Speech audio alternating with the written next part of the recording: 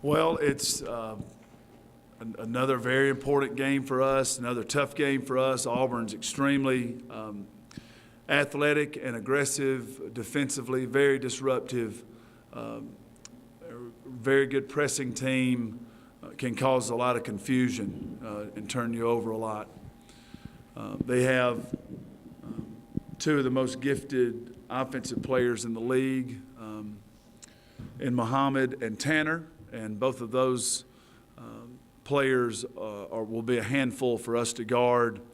So our preparation is very important, and we're working really hard trying to become a better defensive team, just trying to become a better team overall, and just a lot of work in front of us. But this will be a big challenge, and we are working like crazy trying to get ready for it.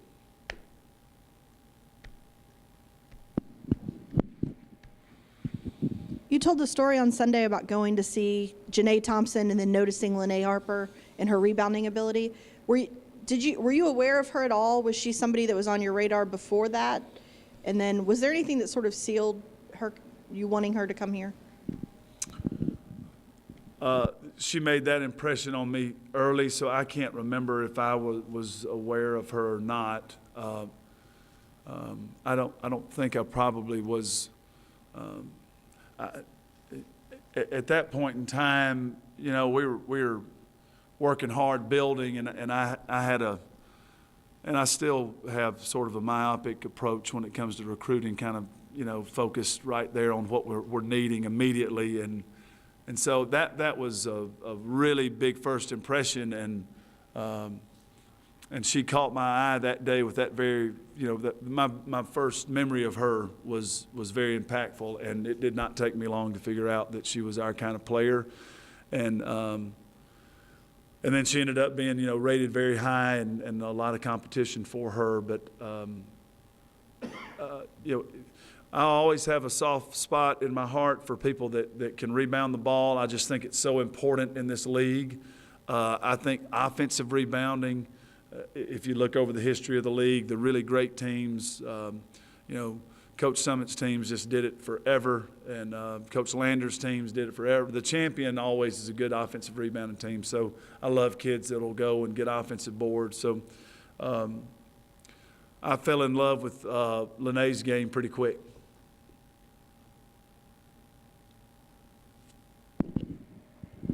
Is that something you can teach, what she's able to do? And you know, she said that she always comes to the bench and asks how many rebounds she has, and that's the thing she wants to know about. Is that sort of unusual, I guess? What she does is very unusual. A kid that size, that height. You know, she's just not very tall, but it's very unusual. The only thing I ever do is if she doesn't get in there and work at it, it's the only impact I have on her. She is very gifted, and I can take no credit for her ability to offensive rebound, other than the fact that I have to remind her sometimes. She's, you know, one thing we're working with Lynnae and with all of our young players right now, we're just not always the best at multiple actions or multiple efforts, and we are trying to teach that. Like, let's get on to the next action. Let's get on to the next part of the play, or what's required next, and so. You know, when Lynnae has that just one thing in front of her, she finds herself down there at the goal. That's all her giftedness taking over. Sometimes she watches too much, and we're working on that defensively. And sometimes she gets caught watching the offense and hanging out on the perimeter when she needs to really fly to the boards. And so it's nothing that I can teach from the standpoint of how she can go get them. But we are trying to work with her on just multiple efforts on defense and offense.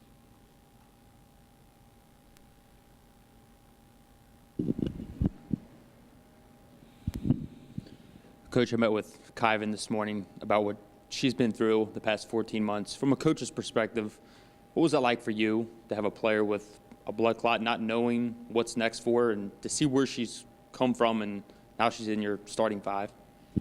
Well, you know, when it happened, you felt bad for a player when she's going to she came here to play and came here with high hopes for her freshman year, and that's taken away from you. You know, it's not a good situation, or not one that you had planned on. And so that was difficult, and it's very difficult to figure out where you fit in when they're telling you can't really do anything, and you see your teammates with all this activity and all this stuff that's going on. So it's hard physically, it's hard emotionally, it's difficult mentally for a player to have that kind of event in their life. And so very proud of how she's handled it and bounced back from it. We had some dark days there and some hard times trying to process it and figure out what to do, and it was kind of a slow go to get her back going. But once she got back going and had the confidence in herself, you know, she's done well. So it was a tough situation, but I think those are the moments where you can really grow if you put your mind to it and use that adversity correctly. So I think she did. I think she grew from it, and I think she's stronger because of it. Matthew, you're talking about some individual players and some of the things you're working with them on. What about as your team in general? What at this point of the season, what do you feel like you have to improve on, or what are you working on? Well, you know, I think for our team right now, the intangibles are about as important as some of the tangible things. So, you know, we're trying to get our team to understand how important the attributes we want out of a Kentucky basketball player, how important that is for each one of us to try to really understand what those are and really try to embody them, really try to get them woven into the fabric of this team. And so, for instance, right now we're working on our energy level needs to really get to a higher level. We need to be high energy players. And so what does that mean for each one of them individually? What's one thing in practice on offense and on defense can you tell me that you think signals high energy, and then how can I help you, hold you accountable to that? Things like that we're working on. So we're spending time off the court with each other, trying to get this team as strong in the intangibles as possible, because I think that's going to be a big part of whether we are special or not. And then, I would say the biggest thing on the court is trying to mesh this unique mix of players that we have. Some veterans like Janae Thompson and Bria Goss and Jennifer O'Neill, who really, like Janae and Jen, really stepped up defensively and played like Kentucky players on Sunday. And we're trying to mesh that with these young players, Michaela, Lynnae, who've improved dramatically, but still have more growth on the defensive end. And then you go down to the freshmen who need dramatic improvement. And so it's just an interesting year for us trying to bring all this together so we can be our best. I'm happy we're able to win some games right now, but defensively we just need to become a more consistent and cohesive group. And then the challenge offensively for us is can we keep our poise, take care of the ball. That's gotten a lot better since we got back from the Christmas break. But I just think for us, working every day, trying to take care of the basketball, make good decisions, and see how well we can shoot it are all things that we're really trying to focus on right now.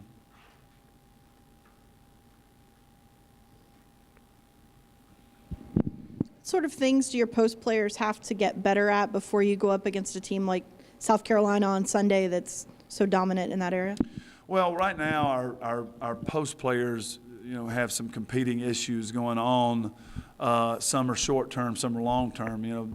A long term issue for our young posts right now our core strength is just not very at a very high level, and that's why you're seeing us get off balance with contact and people are appear to be real weak around the basket is just because we're not able to really get our hips low and get down in a low power base. We're just kind of play straight up and down and get bumped around. And so, right now we're just trying to work really hard to improve our core strength off the court with our strength and conditioning program. And, we can make some progress over the next couple months with that, but then into the future, that's a big area that we need to address with our young post players. They just need to get stronger.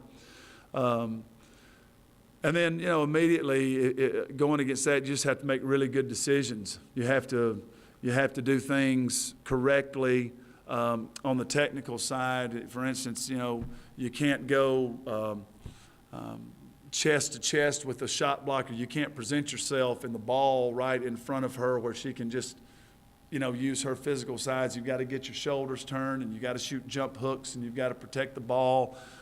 You've got to try to use some good fakes and get back to an open shot, try to get a shot blocker to go, and then your next move, you're open, and you have to create some openings. You can't out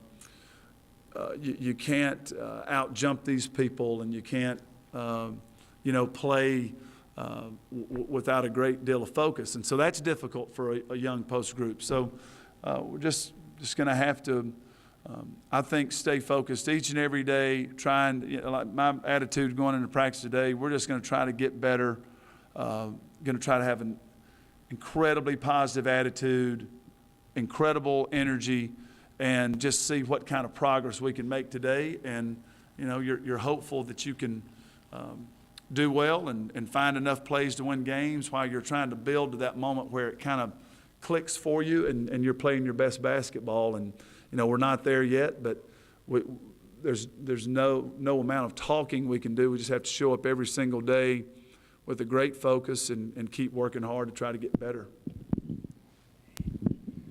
Two-part question. Do you have concerns that your team is mature enough not to look ahead to a marquee game Sunday? And secondly, back to a little bit about the rebounding, do you feel like blocking out is a little bit of a lost art these days?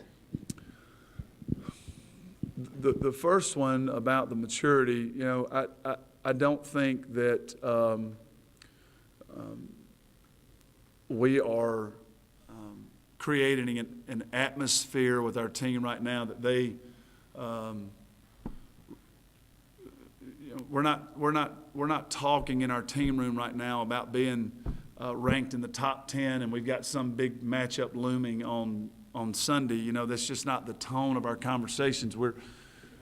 We are just kind of fighting every day to be a more mature basketball team, and the only way I know to do that is to make those things happen in practice. So,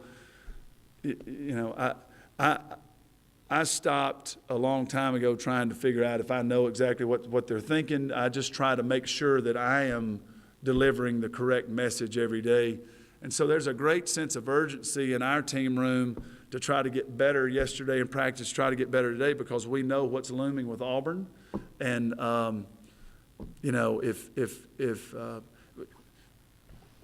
it's been a while since we have really put together 40 minutes and we've looked like a dominant basketball team. So I don't know, our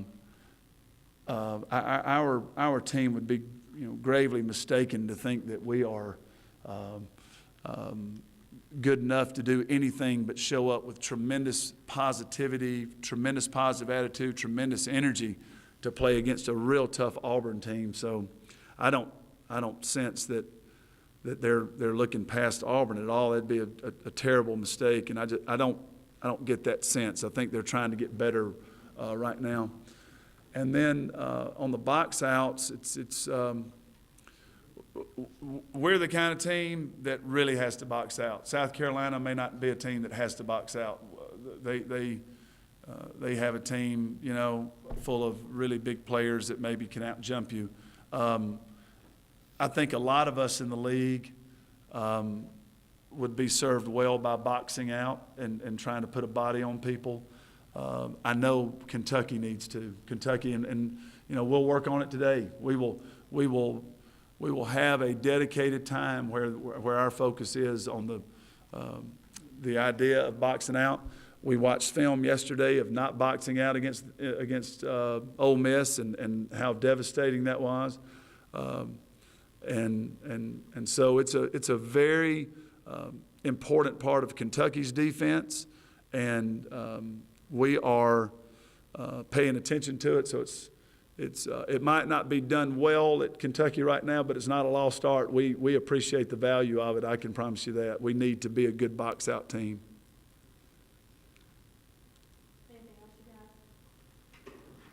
Thanks, everybody.